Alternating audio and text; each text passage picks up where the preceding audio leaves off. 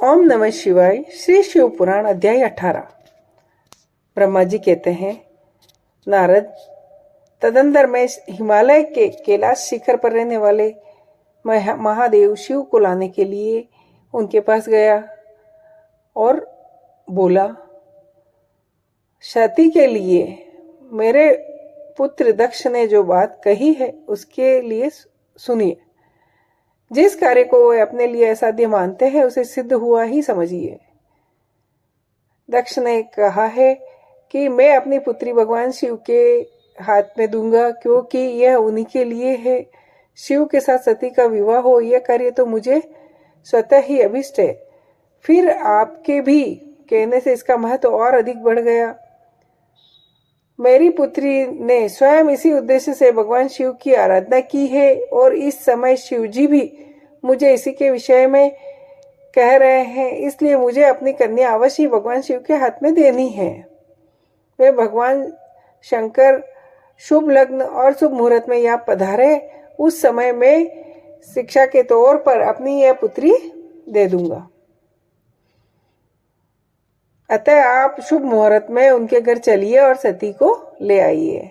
मुने मेरी ये बात सुनकर भक्त वत्सल रुद्र लौकिक गति का आश्रय ले हंसते हुए बोले, संसार की सृष्टि करने वाले ब्रह्मा जी, मैं तुम्हारे और नारद के साथी दक्ष के घर चलूंगा। अतः नारद का श्रवण करो, अपने मारीची आदि मानस पुत्रों को भी बुला लो।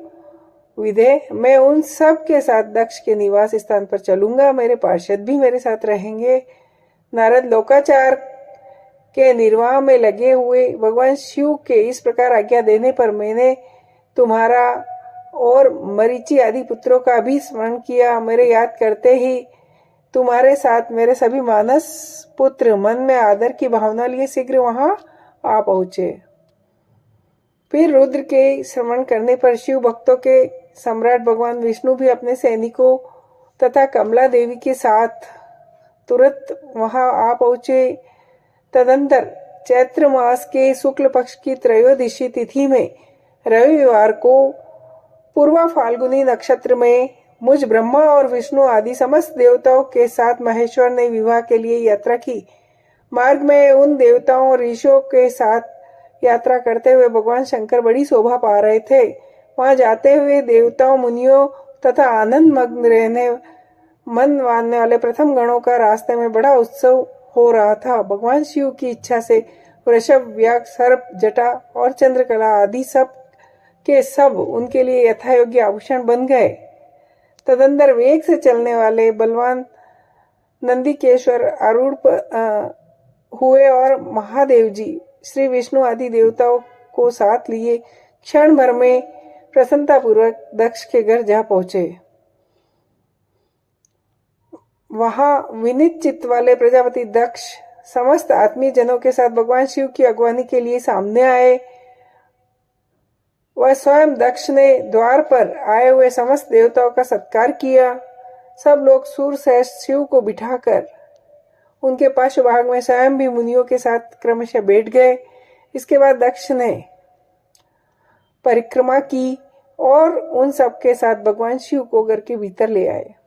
उस समय दक्ष के मन में बड़ी प्रसन्नता थी। उन्होंने सर्वेश्वर शिव को उत्तम आसन देकर स्वयं ही विधि पूर्वक उनका पूजन किया। तत्पश्चात श्री विष्णु का, मेरा, ब्राह्मणों का, देवताओं का और समस्त शिव गणों का भी यथोचित विधि से उत्तम भक्ति भाव के साथ पूजन किया। इस तरह दक्ष ने मेरे मानस पुत्र मारीची आदि मुनियों के साथ आवश्यक सलाह की। इसके बाद मेरे पुत्र दक्ष ने मुझ पिता से चरणों में प्रणाम करके प्रसन्नतापूर्वक कहा, प्रभु आप ही वैवाहिक कार्य कराए।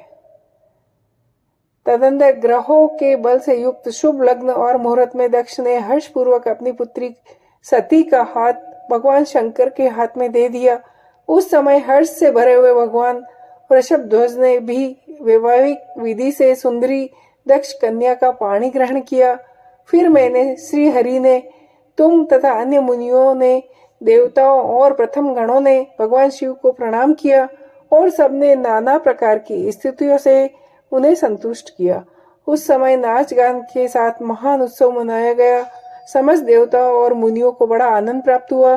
भगवान शिव के लिए कन्यादान करके मेरा पुत्र दक्ष कृतार्थ हो गए। शिवा और शिव प्रसन्न हुए तथा सारा संसार मंगल का निकेतन बन गया। जय हो। ओम नमः शिवाय। श्री शिव पुराण